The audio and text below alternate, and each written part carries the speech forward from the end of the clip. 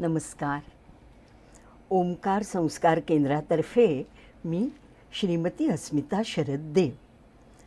ओंकाराची सगुण आणि निर्गुण उपासना ह्या वर्गामध्ये आपण पुढचा भाग शिकतोय. आज प्रार्थनेने सुरुवात करूया.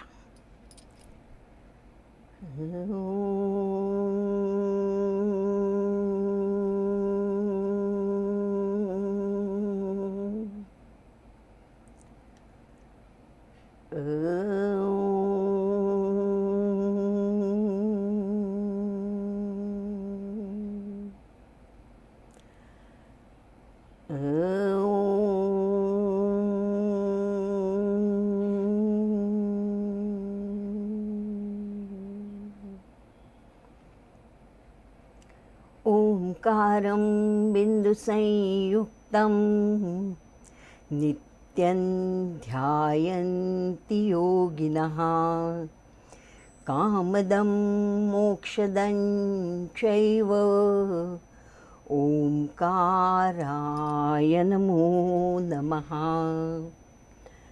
ओंकारं पितरं चैव गायत्री मातरं स्मृतं माता पितरौ न जानाति तस्य कर्म निरर्थकम्.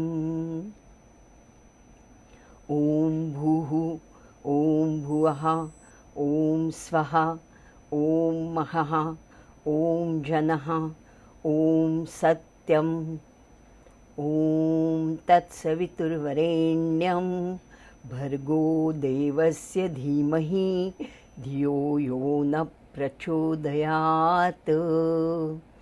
ॐ आपो ज्योतिरसोऽमृतं ब्रह्मभूर्भुवस्वरोम्.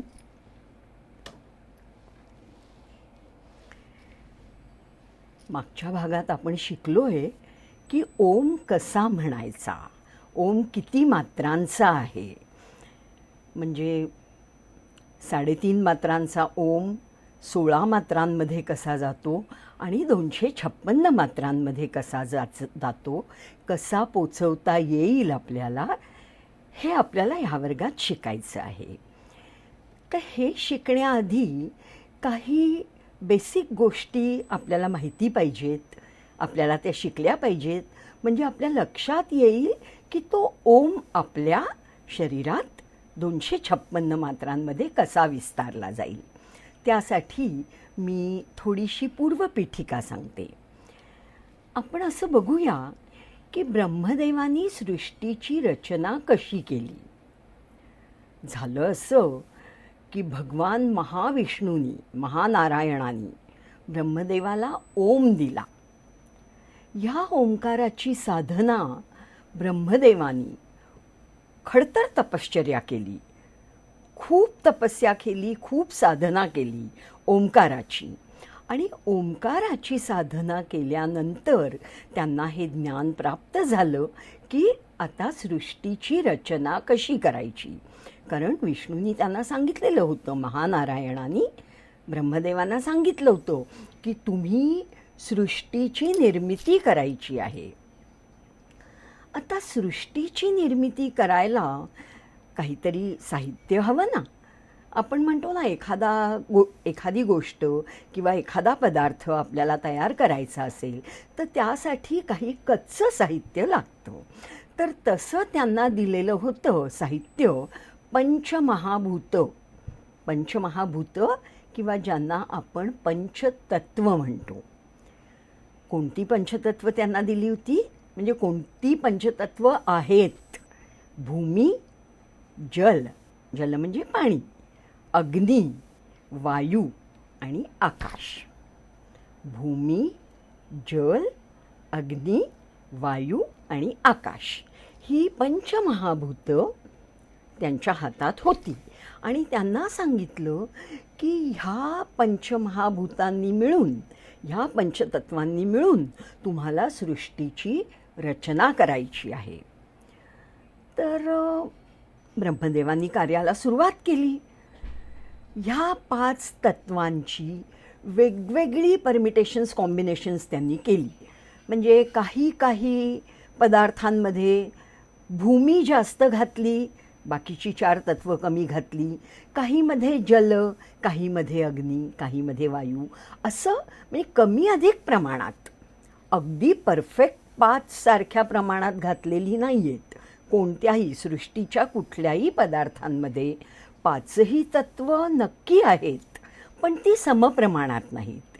काही ठिकाणी भूमितत्वाचं प्राबल्य आहे. भूमितत्वाचं प्राबल्य म्हणजे काय? दगड, धोंडे, पर्वत, ह्या ज्या सगळ्या गोष्टी आहेत ह्यामध्ये भूमितत्व, पृथ्वीतत्व जास्त आहे. म्हणजे ते जड आहेत, दृढ आहेत. म्हणजे ब्रह्मांडातलं सांगते आता मी तुम्हाला.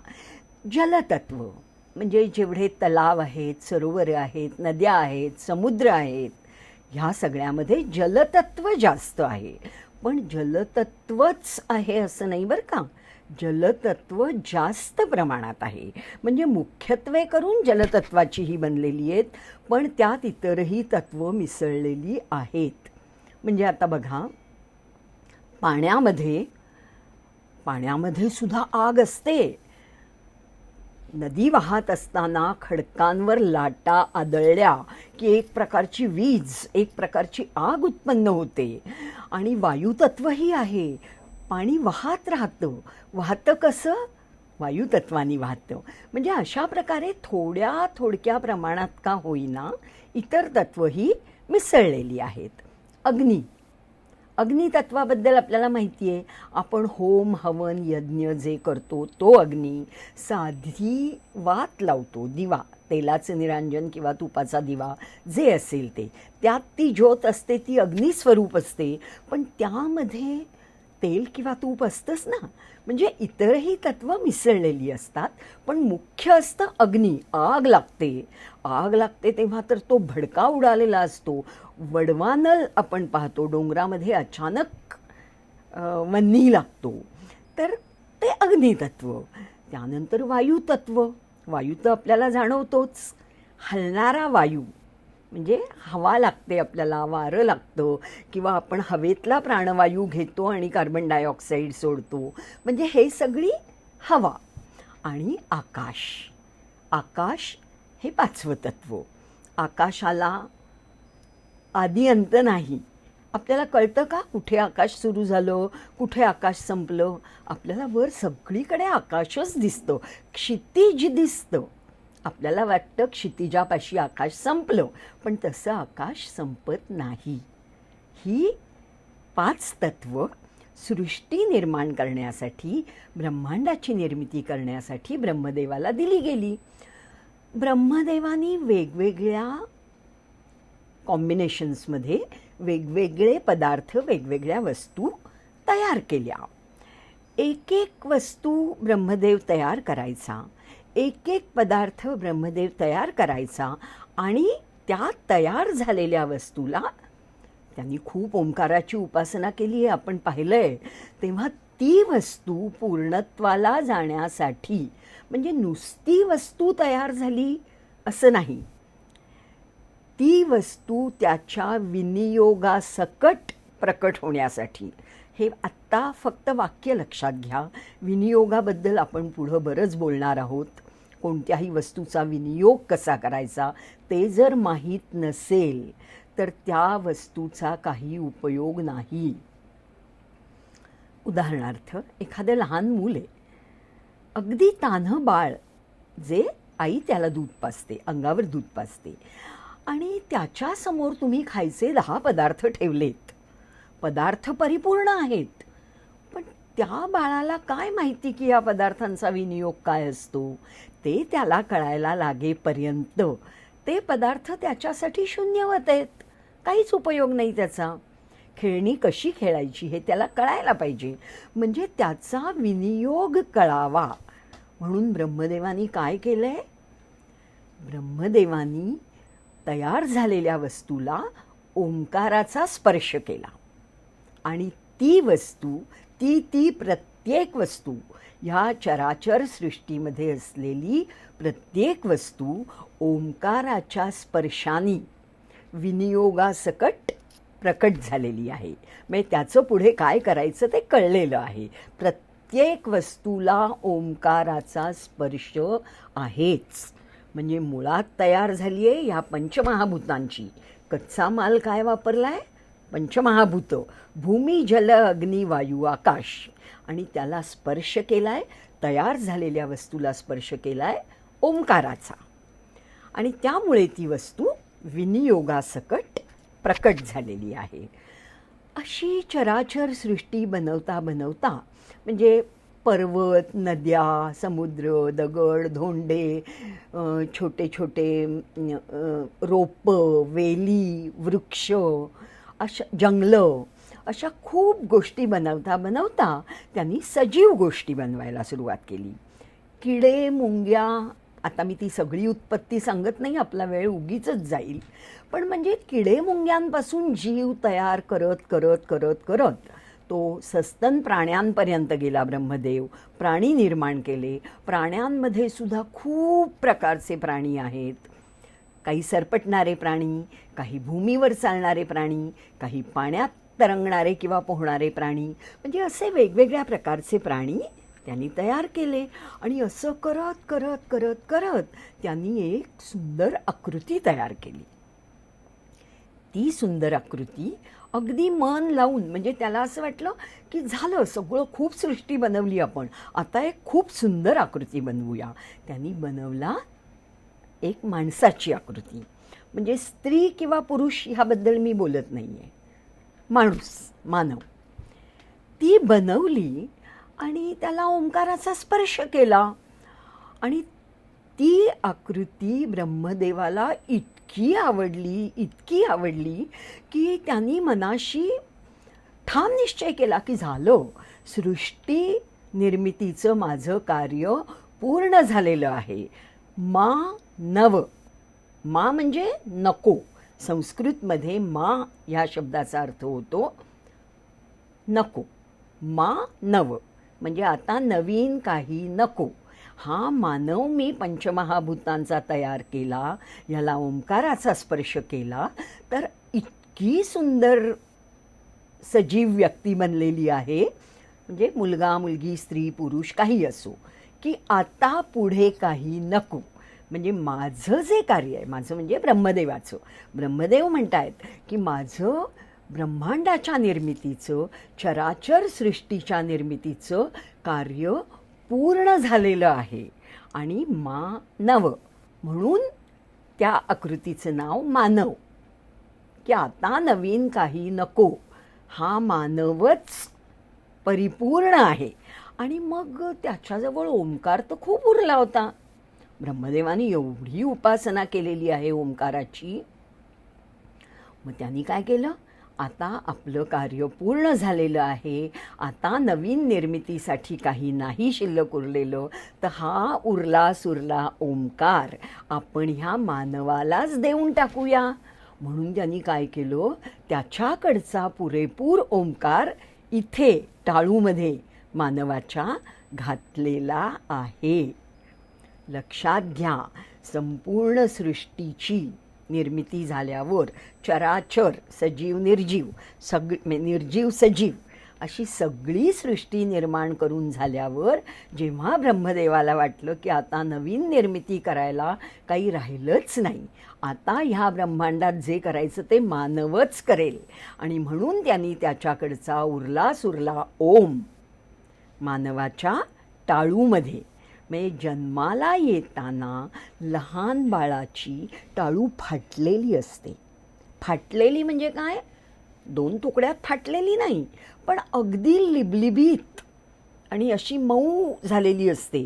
कारण ब्रह्मदेवानी काय केलेलं असतं, मानव जन्माला घालताना त्याच्या टाळूमधनं तो ओम आत घातलेला असतो. लक्षात आलं की मानवामध्ये पूर्णपणे ओंकार हा भरलेला आहे. पूर्ण ओम मानवाच्या टाळूमधून, म्हणजे लहान बालकाच्या, नवजात अर्भकाच्या, नवजात म्हणजे नवीन जन्माला आलेलं जे अर्भक आहे, म्हणजे मुलगा असेल मुलगी असेल जे कोणी, त्याच्या टाळूमधून त्याच्या शरीरात ओम भरलेला आहे ब्रह्मदेवानी. आणि म्हणून ओंकाराची उपासना ही सर्वश्रेष्ठ उपासना आहे. का म्हणते मी कोण म्हणणार, मी पामर साधी तुमची, माझ्यात काही फरक नाही आहे, जसे तुम्ही सगळे तशीच मी. ऋषीमुनींनी म्हटलंय, देवादिकांनी म्हटलंय, आपल्या वेदामध्ये, उपनिषदांमध्ये, पुराणांमध्ये म्हटलेलं आहे की ओंकार सर्वामध्ये आहे आणि ओममध्ये सर्व काही आहे. लक्षात घ्या, प्रत्येक गोष्टीत ओंकार आहे, प्रत्येक गोष्टीत ओंकार आहे आणि ओंकारामध्ये प्रत्येक गोष्ट आहे. हे मानवाच्या टाळूमधनं ओंकार त्यांनी आत घातलेला आहे, त्यावरनं सिद्ध होतं. आणि बाकी सगळ्या वस्तूंना तर ओंकार स्पर्श झालेलाच आहे. म्हणून असं म्हटलं जातं की चराचर सृष्टीमध्ये ओंकार भरलेला आहे. ब्रह्मांडात अशी एकही जागा नाही की ज्यामध्ये ओम नाही. आणि ओंकारामध्ये काही नाही असं नाहीच. कुठलीच वस्तू अशी नाही की जी ओंकारामध्ये नाही. हां, ओम इन एव्हरीथिंग, एव्हरीथिंग इन ओम असं आहे. तर आता हा जो ओम, मी आत्ता सांगितलं तुम्हाला, लहान मुलांची टाळू 40 दिवस तरी अगदी मऊ असते. आपण टोपडं घालतो, टाळू भरतो, तेल घालतो, तो ओम आत आत आत आत जात असतो. आणि असा तो ओम कुठपर्यंत आत जातो, तर आपल्या मूलाधार चक्रापर्यंत. मी आत्ता चक्रांचा विषय फारसा बोलणार नाही आहे, पण नाभीपर्यंत जातोच. म्हणजे लहान मुलाचा सुद्धा टाळूमधनं आत घातलेला ओम 40 दिवसात नाभीपर्यंत जाऊन पोचतो. 40 दिवसाचं फार महत्त्व आहे बरं का. म्हणजे चालिसा असतो, आपण ऐकलं आहे, हनुमान चालिसा, अमका चालिसा, तमका चालिसा. म्हणजे 40 लहान मुलाचे नवीन जन्माला आलेल्या मुलाचे पहिले 40 दिवस खूप महत्त्वाचे असतात. का महत्त्वाचे? म्हणजे बघा, बाळंतिणीला सुद्धा तोपर्यंत देवाला जाता येत नाही, काही देवाची पूजा अर्चा करता येत नाही. 40 दिवस झाले की ती देवीची ओटी भरायला जाते. म्हणजे ज्यांच्या जशा प्रथा असतील तशा. पण 40 दिवसात बाळाच्या टाळूमधून आत घातलेला ओम नाभीपर्यंत, म्हणजे बेंबीपर्यंत जाऊन पोचतो 40 दिवसात. हां, तर नंतर ते बाळ जसं जसं मोठं होतं तसा तो ठप्प तिथेच बसतो. एक 4-5 वर्षापर्यंतचं बाळ असतं ते ईश्वर स्वरूपच असतं. म्हणजे त्याचा ओम खूप जागृत असतो. पण आपण जसे जसे मोठे होत जातो ना, तसा तो नाभीपाशी बसलेला किंवा त्याच्याही खाली मूलाधार चक्रात बसलेला ओम ठप्प बसून राहतो. म्हणजे तो वर येत नाही. आपण प्रणवाची व्याख्या पाहिली होती बघा. प्राणान उन्नयते इति प्रणवहा. म्हणजे काय? जो खाली दृढ बसलेला आहे, 3.5 वेढे देऊन बसलेला आहे कुंडलिनीच्या स्वरूपात, तो ओम जो जागा करतो, वर वर वर आणतो, तो प्रणव, तो ओंकार. तर हा ओंकार आपल्या देहातच आहे. त्यामुळे ओंकाराची उपासना अवघड नाही. इतर कुठलाही मंत्र, इतर कुठलीही उपासना, इतर कुठलीही साधना करताना आपल्याला बाहेरनं काहीतरी आत घ्यावं लागतं. लक्षात घ्या, परत लक्षात घ्या, हा मुद्दा अतिशय महत्त्वाचा आहे. ओंकाराव्यतिरिक्त कुठलाही मंत्र करताना किंवा कोणतीही उपासना साधना करताना आपल्याला बाहेरनं काहीतरी आत घ्यावं लागतं. पण ओंकाराचं तसं नाही. ओंकार हा आपल्या शरीरामध्ये ठासून भरलेला आहे. उरला सुरला ओम ब्रह्मदेवानी मानवाला देऊन टाकलेला आहे, शरीरामध्ये देऊन टाकलेला आहे. आणि त्यामुळे आपलं कार्य खूप सोपं झालं आहे. ओंकार उपासनेचं किंवा ओंकार साधनेचं आपलं जे कार्य आहे फार सोपं आहे. मी ओंकार जपाचं म्हणत नाही आहे, मी साधनेचं, पूर्ण साधनेचं म्हणते आहे. जप हा त्याचा एक भाग आहे.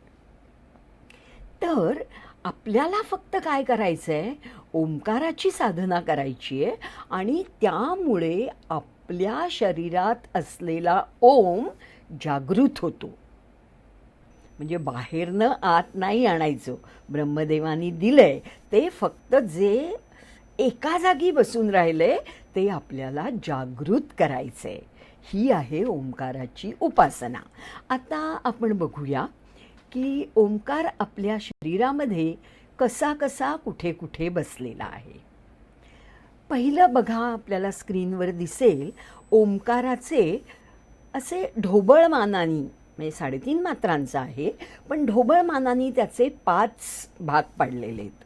म्हणजे ओंकार ॲज इट इज आहे तसा आपल्या शरीरात बसलेला नाही आहे. इथून खाली जाता जाता वेगवेगळ्या भागांमध्ये विखरून तो ओंकार आपल्या शरीरात आहे. कसा आहे बघा, कुठे दिसतो, कसा दिसतो. तर ओंकाराची पहिली मात्रा अ, म्हणजे आपल्याला पहिला जो हे दिसतोय स्क्रीनवर अ मधला वरचा भाग. दुसरा आहे उ मधला खालचा भाग, अ उ. त्यानंतर मकाराचा भाग हा तिसरा, म, पाय मोडका म. त्यानंतर चौथा भाग आहे चंद्र. चंद्र म्हणजे पूर्ण चंद्र नाही, चंद्रकोर, चतुर्थीची चंद्रकोर. आणि 5वा भाग आहे बिंदू.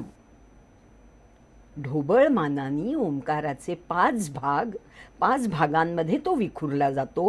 अची वरची अर्धगोल, उचा खालचा, म असा, त्यानंतर चंद्रकोर आणि त्यानंतर बिंदू. आता हे 5 भाग आपल्या शरीरात कुठे आहेत बघा. हे बघा आपला चेहरा दिसत आहेत. ओंकाराचे भाग मी आत्ता जे 5 सांगितले ते दिसत आहेत की नाही. हे आपलं जे नाक आहे, अ आणि उ, अ आणि उ असा जो पहिला हे असतो ते आपला नाकाचा भाग. तोच आपल्या ओठाचा भाग. तोच उलटा केला की खालचा ओठ. बघा, नाक, ओंकाराचा जो पहिला असा अ आणि उ जोडलेला आहे, नाक, वरचा ओठ, उलटा केला तोच भाग की खालचा ओठ. मग तो विखुरला गेला म्हटल्यानंतर कधी कुठे उलटा सुलटा वेडा वाकडा कसाही, मग ते भाग कसेही विखुरलेले आहेत खूप ठिकाणी. नंतर आपल्या भुवया, आयब्रोज, आपल्या ज्या भुवया आहेत त्या पण ओंकाराच्याच मात्रा आहेत. आणि डोळे, डोळ्यातली बुबुळं हे बिंदू आहेत.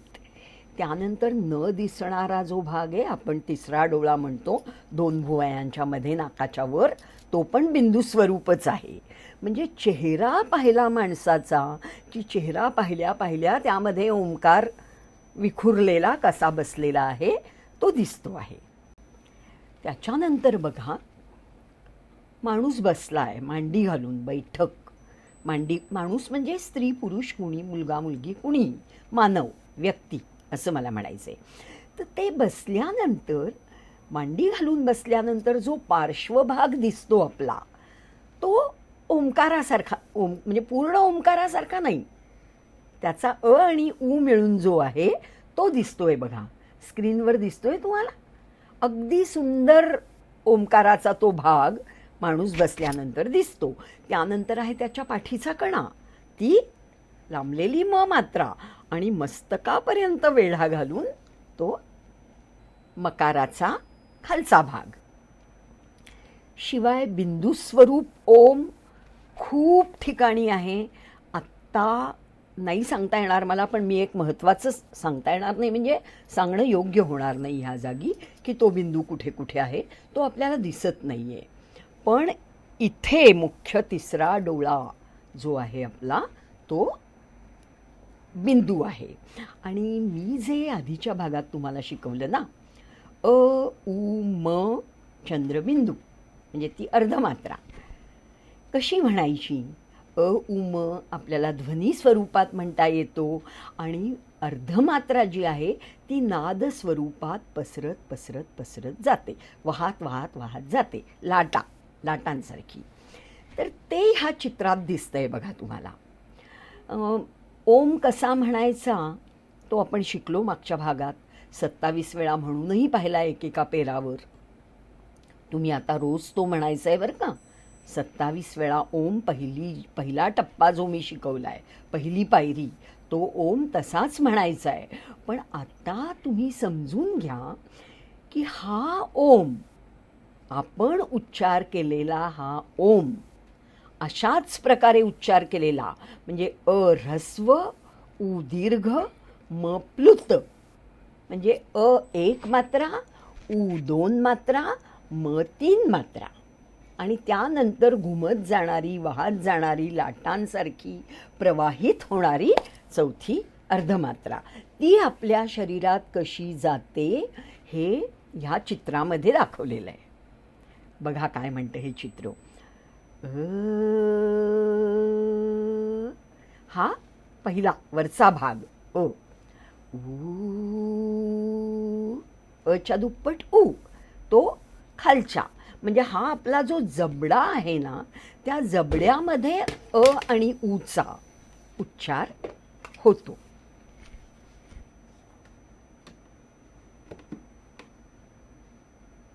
जबड्यामध्ये अ आणि ऊचा उच्चार एकत्रित ओ होतो. म्हणजे ओ म्हणताना आपल्या जबड्याचंच काम असतं. ठीक आहे. आता आपण म म्हणणार आहोत. म म्हणताना काय होतं ते बघा. ओठ मिटतात आपले. तुम्ही माझ्याकडे बघा, ओम म्हणताना ओठ मिटलेले असतात.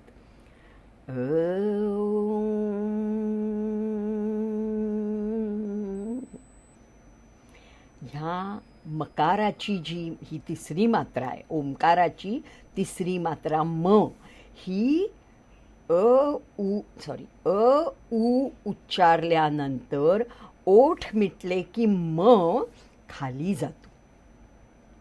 खाली जातो म्हणजे कुठे? तोंडातून घशात, घशातून छातीत, छातीतून पोटात, नाभीपर्यंत. ओंकारातला मकार तोंडात उच्चार करून, म्हणजे जबड्यामध्ये आपल्या, जबडा, टाळू, संपूर्ण तोंडामध्ये अ आणि ऊचा उच्चार होऊन म ची मात्रा आत खाली जाते. म्हणजे तो असा काढलाय बघा. काही जण असा उलटा ओम लिहितात. वर जात नाही मकाराची मात्रा, मकाराची मात्रा खालीच जाते. आणि ती आपल्या उच्चाराबरोबर खाली कशी जाते? तोंडातून गळ्यात किंवा घशात, गळ्यातून हृदयात, हृदयातून नाभीत. अर्थात तुम्ही म्हणाल की आज मी ओम म्हणायला सुरुवात केली आणि मला नाभीपर्यंत जाईल. तसं नाही होणार. त्याला सराव पाहिजे. खूप अडथळे आहेत ह्या मार्गामध्ये. इतका सहजासहजी तो मकार नाभीपर्यंत पोचत नाही. त्याला 40 दिवस हवेत. 40 दिवसाचा नित्य सराव ओंकाराचा असेल तर ओम मधली मकाराची मात्रा नक्कीच नाभीपर्यंत जाऊन पोचते. तिथे ती आपल्याला जाणवते. आणि नंतर चंद्रकोरीच्या पुढे असलेला बिंदू. आता घुमणारी नादस्वरूप अर्धमात्रा, ती अतिशय महत्त्वाची आहे. ह्या चित्रावरून तिचं कार्य तुमच्या लक्षात येईल. एक चंद्रकोर, दुसरी चंद्रकोर, तिसरी, म्हणजे लाटा लाटा लाटा लाटा लाटा लाटा, अशी एकातनं दुसरी, दुसरी, तिसरी, चौथी, पाचवी, 10वी जी काय असेल ती टाळूमधनं ती चंद्रकोर त्या बिंदूला वर वर वर वर ढकलत नेते. ढकलत नेते म्हणण्यापेक्षा वाहवत नेते. पुढे पुढे नेते, पुढे पुढे नेते. प्राणान उन्नयते.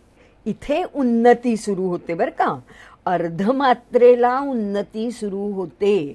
म्हणजे तुम्ही जर अ उ म ह्या 3च मात्राचा ओंकार केलात तर उन्नती कुठेच होणार नाही.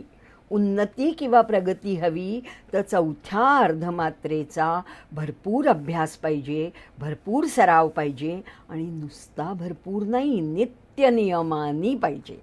म्हणजे काय होतं, ती चंद्रकोर वाहवत वाहवत वाहवत पुढे जात जात तो बिंदू आहे, बिंदू अर्धमात्रा, ती मेंदूपर्यंत नेऊन पोचवतो.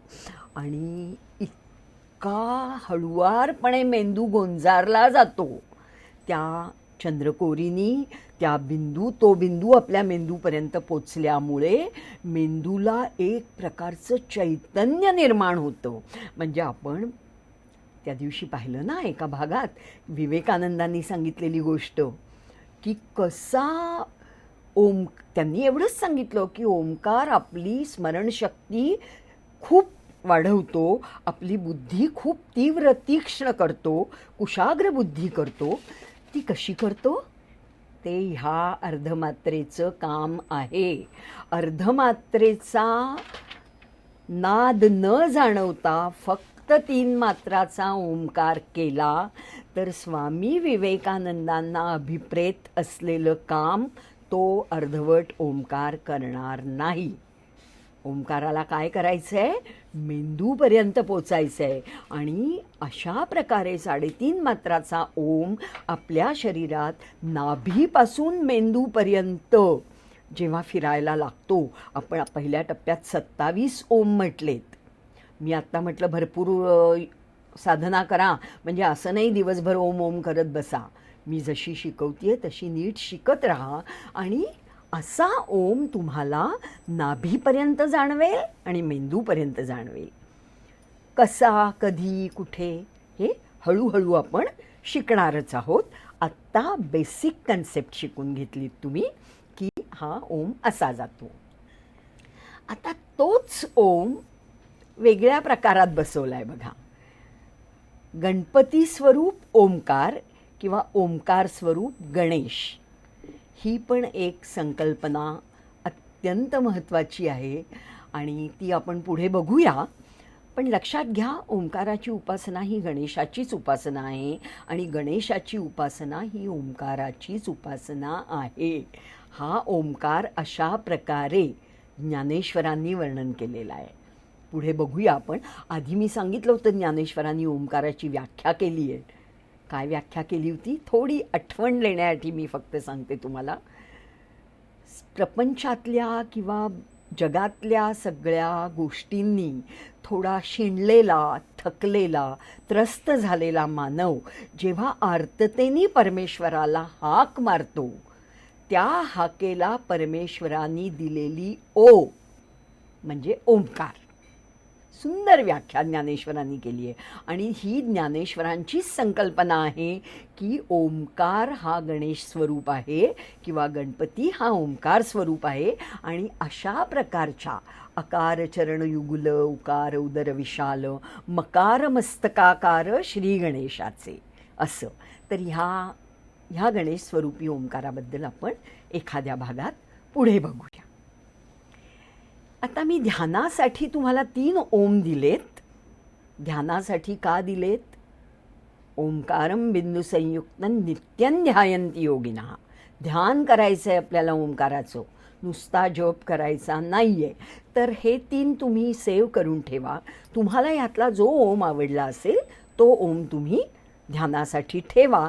त्याचा आकार तळ हाता एवढा पाहिजे आपला. हा भला मोठा ओम ध्यानासाठी घ्यायचा नाही आहे.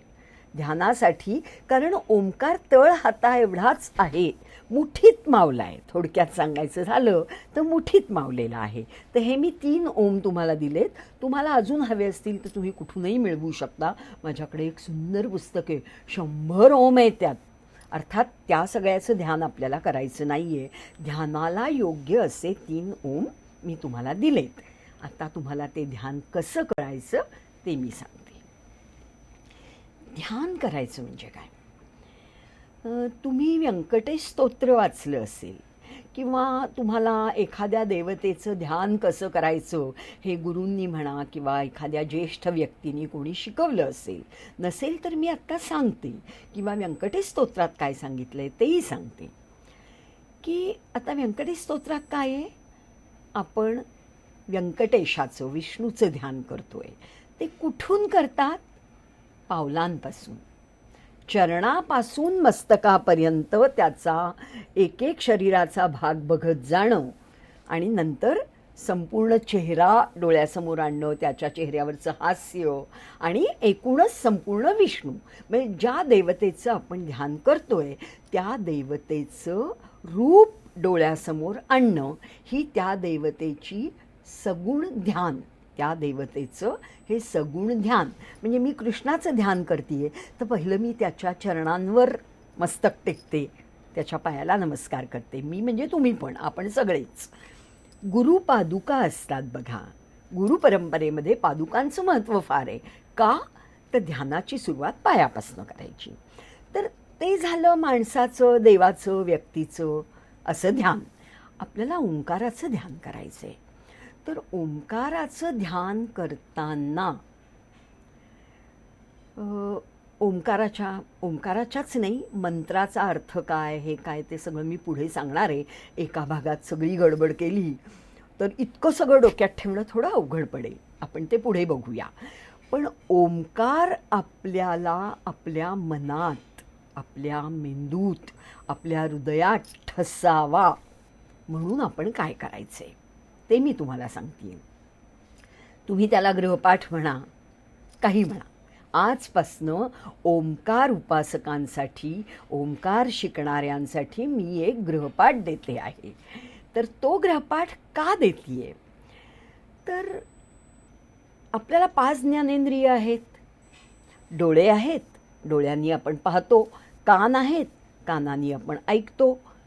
जीभ आहे, जिभेनी आपण चव घेतो की तो पदार्थ कसा लागतो. नाक आहे, आपण वास घेतो. सुगंध आहे की दुर्गंध आहे, कुठल्या फुलाचा वास आहे, कुठल्या पदार्थाचा वास आहे, हे नाकानी. आणि 5वी संपूर्ण शरीराची त्वचा, त्वचेला स्पर्श कळतो.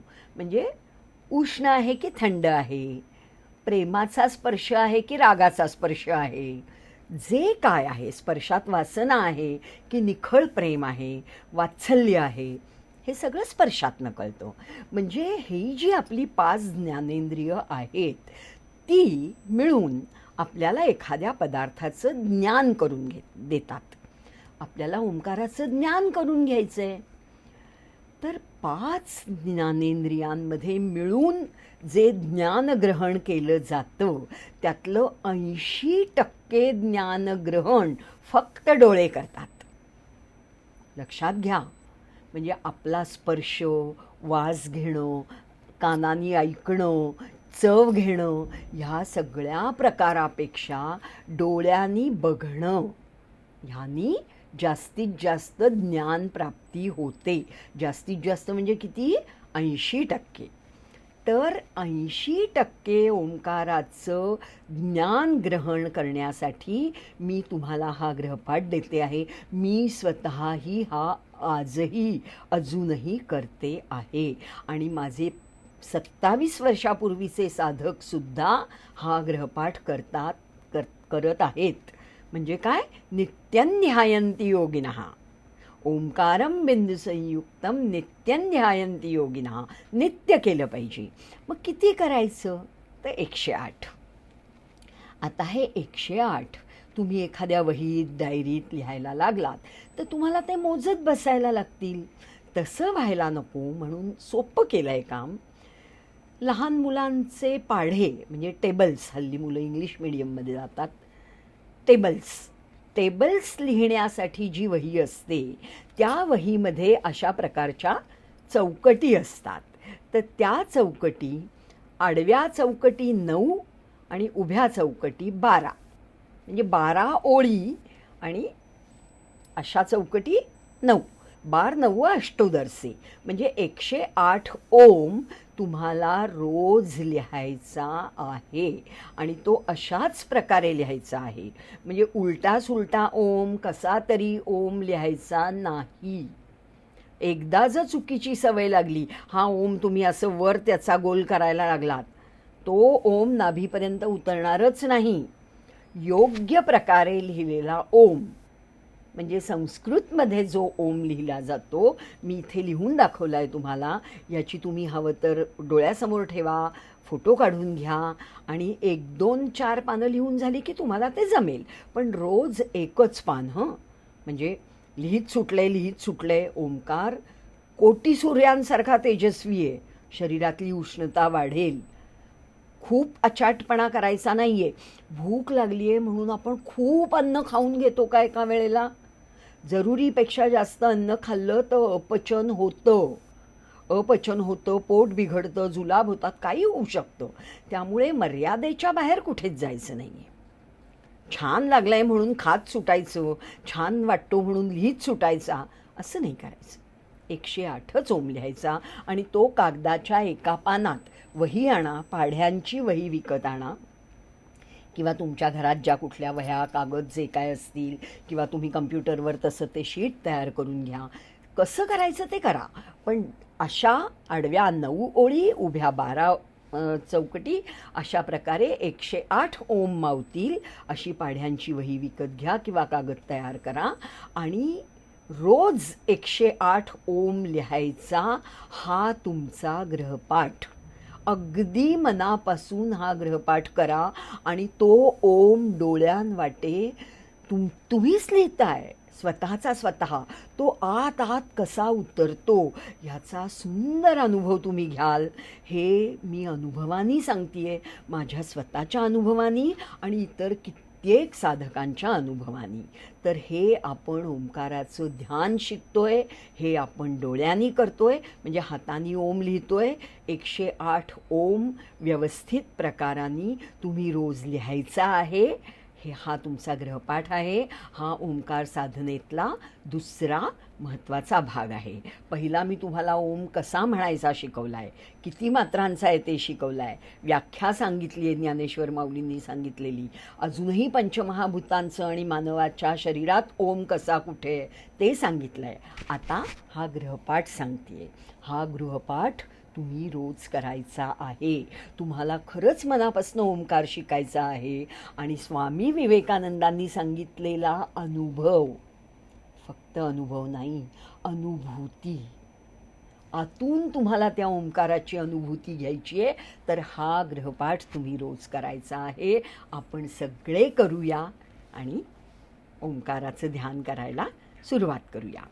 इथे आजचा भाग मी पूर्ण करते आणि प्रार्थना म्हणून आपण थांबूया. सर्वेपि सुखिनः सन्तु, सर्वे सन्तु निरामयाः, सर्वे भद्राणि पश्यन्तु, मा कश्चित् दुःखभाग् भवेत्. ओम शांति शांति शांति. नमस्कार.